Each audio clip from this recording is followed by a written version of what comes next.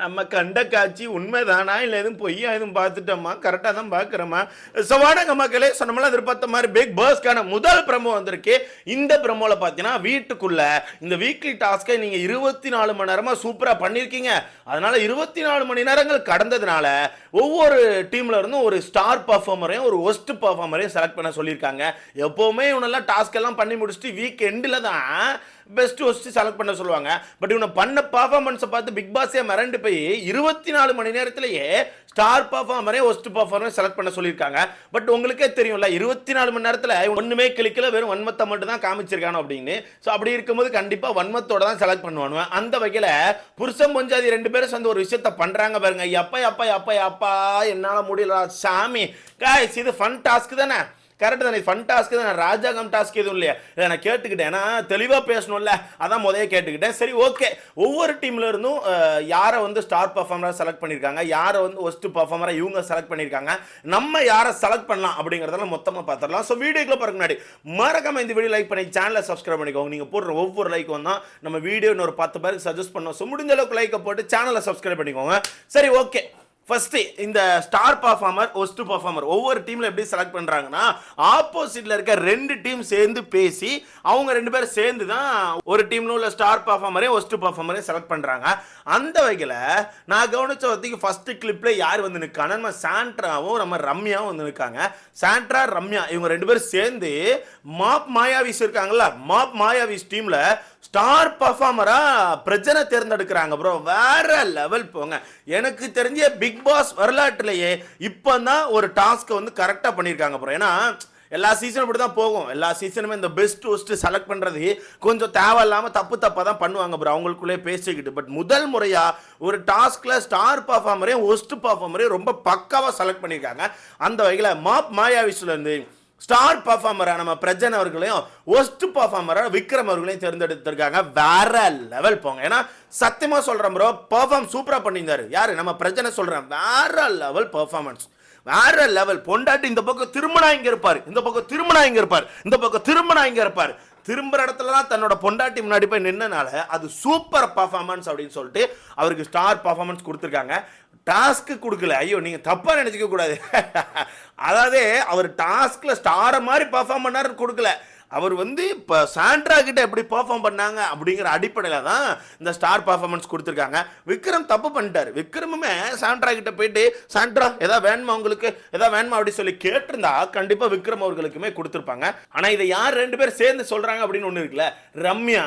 ரம்யா நான் கவனிச்சேன் ப்ரோ, நான் கொஞ்சம் நோட் பண்ணேன். ரம்யா வந்து சாண்ட்ரா திவ்யா இவங்க என்ன சொன்னாலுமே லைட்டாக தலையாட்டுற மாதிரி தான் இருக்காங்க.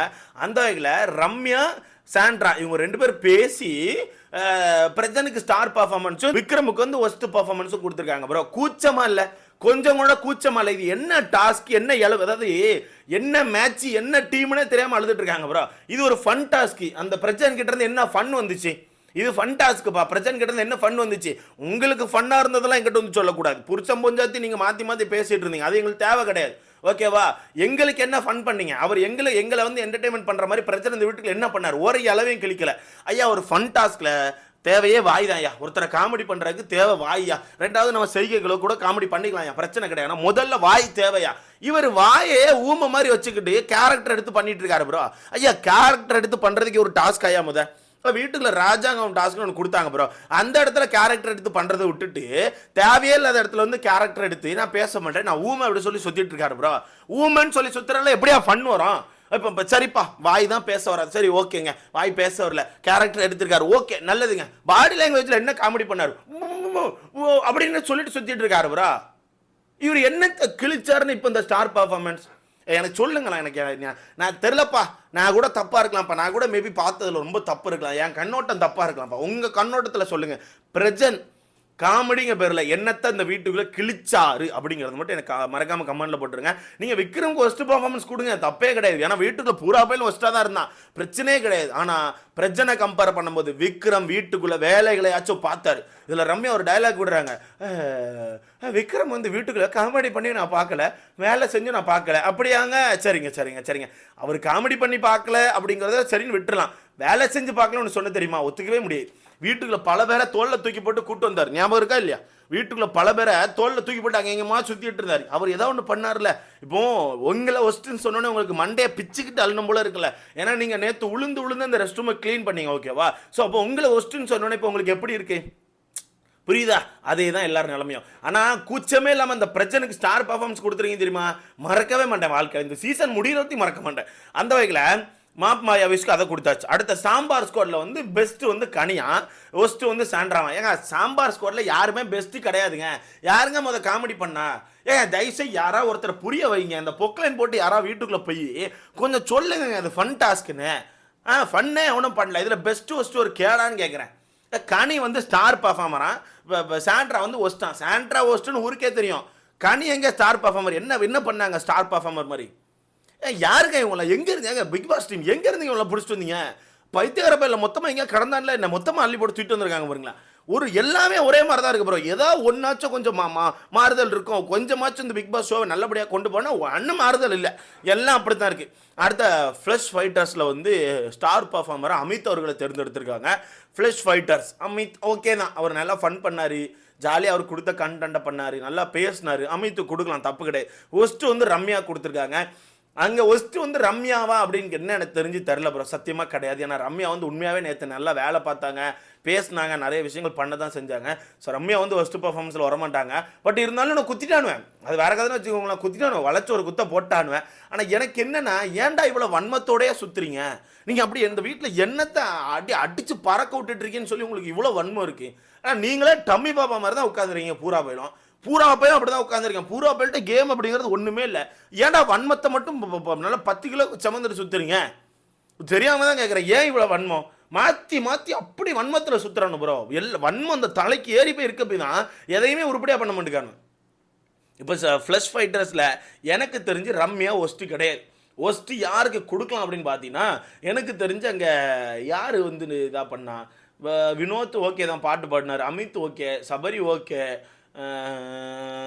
ரம்யா ஓகே. இன்னும் ஒரு பீஸ் யார்? அரூராவா யாரோ ஒருத்தவங்க இருக்காங்களேங்க, அவங்க தான் எனக்கு தெரிஞ்சு. ஆனால் சபரி கூட கொடுக்கலாம் எனக்கு தெரிஞ்சு. ஏன்னா சபரி வந்து சும்மா அங்கேருந்து பேசிகிட்டே இருந்தானே தவிர வேலை எதுவும் செஞ்சு நான் பார்க்கல, ஓகேவா? சபரி வந்து வர்ற எல்லாருமே கூப்பிட்டு நீங்கள் அழகாக இருக்கீங்க, இப்படி ஒரு அழகை நான் பார்த்ததில்லை, இந்த மாதிரி டைலாக் மட்டும் தான் விட்டார தவிர மற்றபடி வேறு எதுவுமே பண்ணல. அரோரான்னு நினைக்கிறேன் இன்னொன்று, ஓகேவா? ஸோ அரோராவை இருந்தால் அரோரா இல்லை சபரி, இந்த 2 பேரில் வேணால் யாருக்கா கொடுக்கலாம். ஏன்னா அவங்க வேலை செஞ்சும் நான் பார்க்கல, பெருசாக காமெடி பண்ணி நான் பார்க்கல, அப்படி வேணால் கொடுத்துக்கலாம். அடுத்தது பெஸ்ட்டு வந்து உண்மையாகவே ஃப்ளஷ் ஃபைட்டரில் அமித் நல்லா தான் பண்ணார், தப்பு கிடையாது. அடுத்த சாம்பார் ஸ்குவாடை பொறுத்தவரைக்கும் அது ஒஸ்ட்டு. அது சாம்பார் அவ்வளோதான், அது கெட்டு போயிட்டு புளிச்சிட்டு இருந்த சாம்பார். அந்த சாம்பாரை குப்பையில் கொட்டுறது ரொம்ப நல்லது நான் நினைக்கிறேன் கைஸ். ஏன்னா அந்த சாம்பாரை பொறுத்தவரைக்கும் ஒரு மாதிரி பூசணம் பொத்திட்டு, ஓகேவா? அதனால் அந்த சாம்பார் வேஸ்ட்டு. அடுத்த மாப் மாயாவிஸை பொறுத்தவரைக்கும் பெஸ்ட் அப்படின்னு பார்க்கும்போது மாப் மாயாவிஸில் ஓரளவு எல்லாருமே நல்லா தான் பண்ணாங்க, பிரச்சனை தவிர்த்துட்டு. அப்படி பார்க்கும்போது கொடுக்கலாம், மாப் மாயாவிஸில் விக்ரமுக்கு பெஸ்ட்டு கொடுக்கலாம், இல்லை கெமிக்கு கொடுக்கலாம், இல்லை காமு மாமா கொடுக்கலாம். இவங்களாம் நல்லா தான் பண்ணாங்க, குறைலாம் சொல்ல முடியாதுங்க. சத்தியமாக காமெடி தான் வேணும் நமக்கு. நம்மளை வந்து ஸ்க்ரீனில் இவங்க வந்து என்டர்டெயின்மெண்ட் பண்ணாங்க, இல்லை ஸ்க்ரீனை கொஞ்சம் ஆக்டிவாக வச்சுக்கிட்டாங்க அப்படின்ற மாதிரி ஆட்களை செலக்ட் பண்ணுறதுல மாப் மாயாவிஸில் அவங்க 2 பேரில் இறக்க கொடுக்கலாம். ஒஸ்ட்டு வந்து பிரஜன் தான், நான் கண்ணை மூடிட்டு சொல்லுவேன். ஏன்னா ஒரு ஆணையும் பிடுங்கல, பொண்டாட்டியை மட்டும் சுற்றி வந்தார தவிர வேறு எதுவுமே பண்ணல. காமெடிங்கிறதா வரவே இல்லை. அதுக்கு வாய் பேசணும் இல்லை, பேசாமல் வேனுக்குன்னே இன்னொரு கேரக்டர் எடுத்து வச்சு பண்ணால் இந்த டாஸ்கில் கேரக்டர் முக்கியமாப்பா. எடுக்க வேண்டிய டாஸ்க்லாம் கேரக்டர் எடுக்க மாட்டானோ, தேவையில்லாத ஒரு டாஸ்கில் கேரக்டர் எடுத்து ஊமை மாதிரி உட்காந்துருப்பானு. என்னத்த சொல்ல எனக்கு தெரில. அண்ட் கைஸ், நான் பேசிகிட்டு இருக்கும்போது அந்த வாய் பேச முடியல, அந்த ஊமை மாதிரி எதுக்கு எடுத்தாருன்னு சொன்னேன். அது மேபி யாருக்கா ஹர்ட் ஆயிடுச்சுன்னா மன்னிச்சுக்கோங்க. அவர் அந்த டாஸ்கில் எடுத்ததுனால நான் சொன்னேன், ஓகேவா? ஏன்னா காமெடி பண்ணுறதுக்கு கண்டிப்பாக தேவை, உங்களுக்கே தெரியும். ஏன்னா இது ஒரு ஃபன் டாஸ்க். அப்படி இருக்கும்போது பேசினா தான் ஃபன்னு கொஞ்சமாச்சும் வரும். அதனால தான் அதை எடுத்து பேசினேன். யாருக்கா ஹர்ட் ஆயிருந்தால் மன்னிச்சுக்கோங்க, சாரி, ஓகே? ஸோ மொத்தத்தில் அழிச்சிட்டானோ, அவ்வளோதான். இது எதுக்கு இன்றைக்கி கொண்டு ஸ்டார் பர்ஃபார்மர் ஒஸ்ட் பர்ஃபார்மர்னு வச்சாருன்னு எனக்கே தெரில. மேபி கண்டென்ட்டே இல்லைன்னு நினைக்கிறேன். அதனால் பிக் பாஸ் என்ன பண்ணுன்னு தெரியாமல் ஒரு போர்டு அனுப்பி வச்சுட்டாருன்னு நினைக்கிறேன். ஸோ பார்க்கலாம், நீங்கள் சொல்லுங்கள், ஒவ்வொரு டீம்லையுமே யார் ஸ்டார் பர்ஃபார்மர் ஒஸ்ட் பர்ஃபார்மர் உங்களுக்கு தெரிஞ்சது மறக்காம கமெண்ட்டில் போடுங்க. அடுத்த பார்க்கலாம்.